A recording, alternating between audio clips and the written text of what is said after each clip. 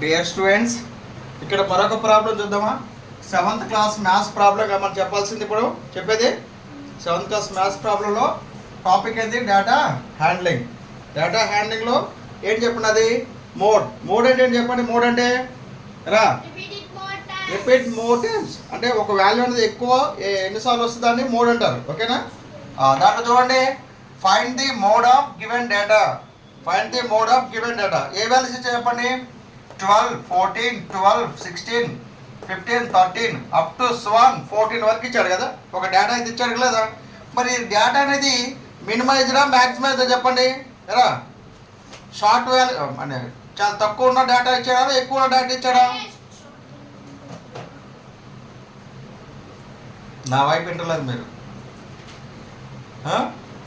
ఇప్పుడు డేటా అనేది ఎక్కువ ఉన్న డేటా ఇచ్చాడా, తక్కువ ఉన్న డేటా ఇచ్చాడా?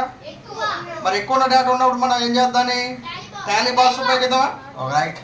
సొల్యూషన్ చెప్పండి. గివెన్ డేటా చెప్పండి. Solution given data. Given data చెప్పండి. 12, 14, 12, 16, 15, 13, 14, 18, 19, 12, 14.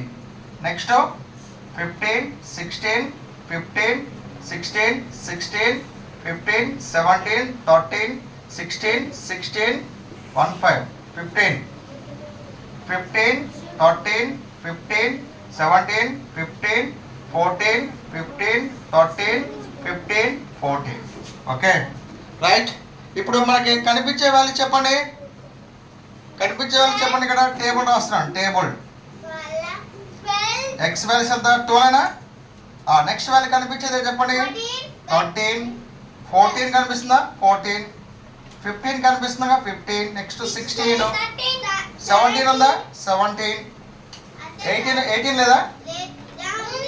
18 ఉంది కదా. 18. నెక్స్ట్ 19 కూడా ఉంది కదా.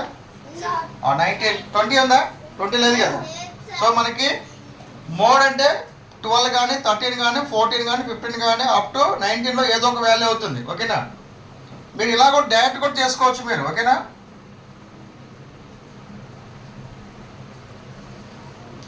టాలీ బాక్స్ ఉపయోగిద్దామా? టాలీ బాక్స్ ఉపయోగిద్దామా? ఓకే చెప్పండి సార్. ఇప్పుడు టాలీ బాక్స్ ఉపయోగించకుండా కూడా చేయొచ్చు దీన్ని. ఓకేనా? ఫస్ట్ నెంబర్ చెప్పండి. ఇది ఎంత? 12 ఎక్కడ వేసుకోవాలి? ఓకే నెక్స్ట్ చూడ చెప్పరా. ఎక్కడ ఇట్లా కమ్ దిస్ సైడ్. 1 by 1 అడుగుతా. నెక్స్ట్ 14 ఎక్కడ వేసుకోవాలి? 14 cut. Next okay next 16. Next okay next 13. Next 14. Okay next 18 చెప్పండి. 18 ఎక్కడ? ఇక్కడ. Next 19. Okay 12. Next 14. Okay 15, 16, 15, 16. Next 16. Next 15, 17, 13, 16 కాబట్టి ఇక్కడ ఎన్ని వచ్చింది చెప్పండి. 16లో 4 ఆల్రెడీ ఉన్నాయి కదా. ఇప్పుడు ఓకే కట్. అది కూడా ఒక గీత కూడా ఒక నెంబర్తో సమానం అనమాట. 5. నెక్స్ట్ మళ్ళీ 16 కదా. నెక్స్ట్ 15. నెక్స్ట్ 15, 13. నెక్స్ట్ 15, 17, 15, 14, 15, 13, 15, 14. ఓకే ఇప్పుడు టోటల్ నెంబర్ చెప్పండి. టోటల్ నెంబర్స్ రిపీట్ అనమాట. టోటల్ నెంబర్స్ అంటే అది రిపీట్ అని అర్థం. చెప్పండి. ఇది 12 అనే నెంబర్స్ ఎన్నిసార్లు వచ్చింది చెప్పండి. 12 అనే నెంబరు 3 times. ఓకేనా? నెక్స్ట్ 13 అనే నెంబర్ ఎన్నిసార్లు వచ్చింది మనకి? 4 times.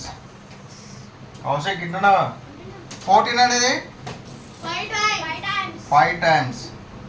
నెక్స్ట్ 15 అనేది 10 times. Very good 10 times. 6 times. 6 times. 2 times. 1 time. 1 time. 2 times. 2 times. 1 time. నేను రాసిన చెప్పండి. Okay 1 time. 1 times. 2 times. 1 times. Okay ఇప్పుడు మనకి ఆన్సర్ చెప్పండి. 10 కాదు ఆన్సర్, 10 టైమ్స్ అనేది. ఏది 10 టైమ్స్ వస్తుందా? 15 అనేది. ఇట్లా మీరు ఒక బాక్స్ కొట్టేసుకోండి, ఓకేనా? సో 15 అనేది ఎన్నిసార్లు వచ్చింది మనకి? 10 టైమ్స్ వచ్చింది కదా. 15 అనేది ఎన్నిసార్లు వచ్చింది చెప్పండి మనకి? 10 times. So then four mode is equal చెప్పండి. మోడ్ ఈజ్ ఈక్వల్ ఎంత? 15. ఎన్నిసార్లు వచ్చింది? అది repeat 10 times. Repeat 10 times. 10 times, ఓకేనా? 10 టైమ్స్ ఆఫ్ అదర్ వాల్యూస్తో పోల్చుకుంటే అదే ఎక్కువ సార్లు వచ్చింది కాబట్టి సో దేర్ ఫర్ మోడ్ అనేది 15 అంటే 10 టైమ్స్ వచ్చింది కాబట్టి మోడ్. ఓకే, చేయగలుగుతారు? ఇది చేస్తారా? ఓకే.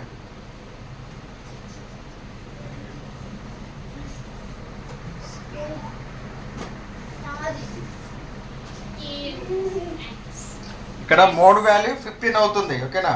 మోడ్ వాల్యూ 15 అవుతుంది, రిపీట్ 10 టైమ్స్ కాబట్టి so therefore 15 is the answer.